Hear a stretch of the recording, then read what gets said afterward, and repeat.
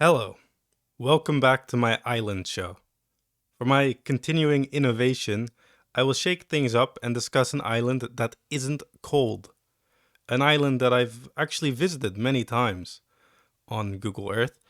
A place that, at first glance, does not seem interesting at all, but it will turn out to be a little bit interesting. And very interesting if you're mentally similar to me, which I hope for you that you're not. If you are, then stick around as I present to you the full geography and history of Tigris Island. Tigris Island is an island, but it wasn't always an island, and I'll get to that. First of all, Tigris Island lies off the coast of Angola. What's in Angola? It's a southern African country with a cool flag. It is the flag with the machete on it that you thought was cool when you looked at that poster of country flags hanging in the back of your elementary classroom. The island is located in the Namib province, which is the most arid province of Angola, as it lies in the Namib Desert. It is also the westernmost point of the country. The island is a bit of an anomaly in the Angolan geography, as Angola has very few islands along its coast, despite the coast being quite long. Tigris Island used to be a part of this islandless coastline. It was in fact a peninsula creating a bay known as Tigris Bay. But in 1962, a series of strong waves washed away the isthmus, connecting it to the mainland, turning Tigris Peninsula into Tigris Island. Some of you may have been wondering why this place is named after a female tiger, and to that I will answer that you're wrong, as Tigris has two S's in the word. I have actually been tricking you up to this point, as the right pronunciation is Tigres, as this is the Portuguese word for tiger. But why tiger, considering there are no and never have been any tigers living natively in Africa? And that is a good question to ask a 16th century Portuguese explorer, if you ever run into one. It is not known for sure, but the name likely comes from the sandbanks of the island that look like the skin of a tiger. Instead of tigers, the island does have many sand dunes, seals, and a human population of 0. So, why is it interesting, this place? Well, it has structures, buildings, if you will, quite a few of them, mostly here on the east coast. Also, some roads, as you can see. And yet, not 10 seconds ago, I said that there were no people living here.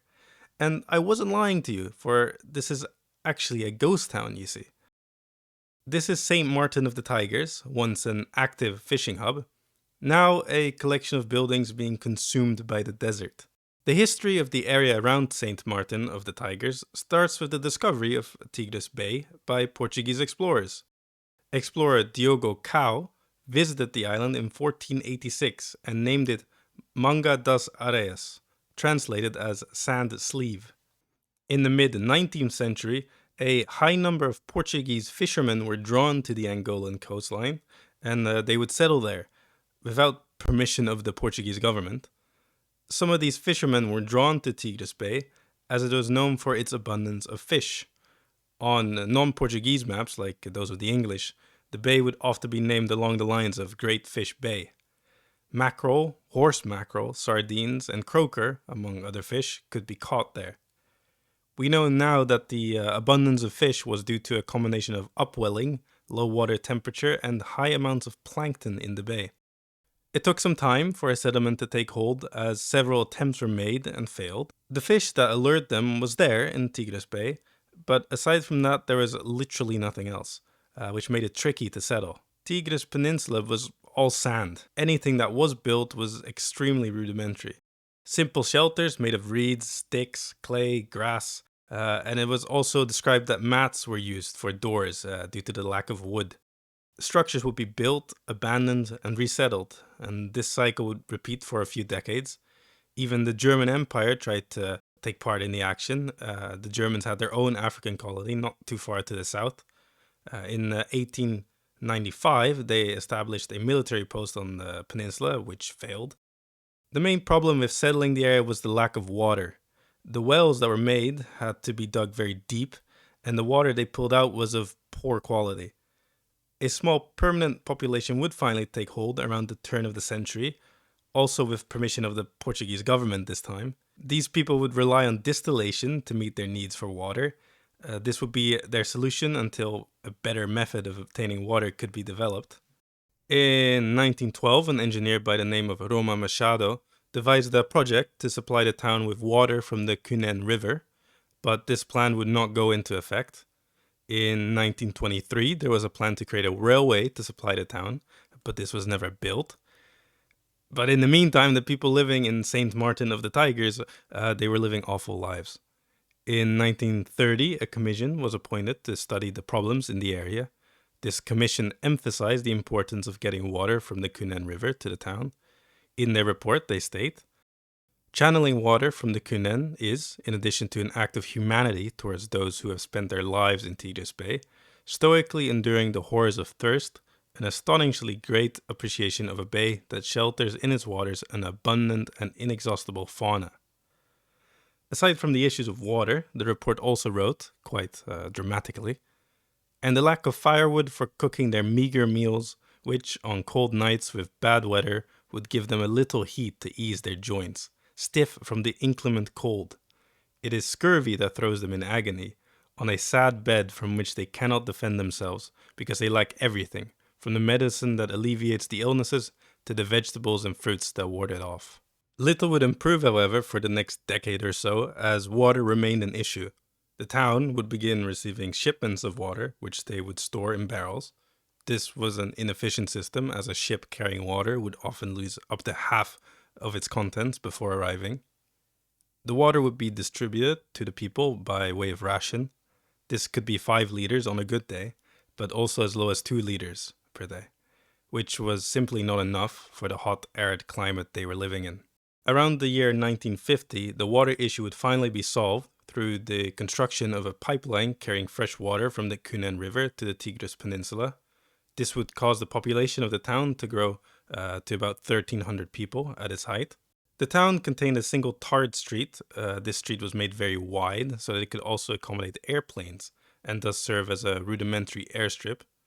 This street was flanked with several public buildings, such as an administration office, a post office, a church, a recreational club, and a building for meteorological services.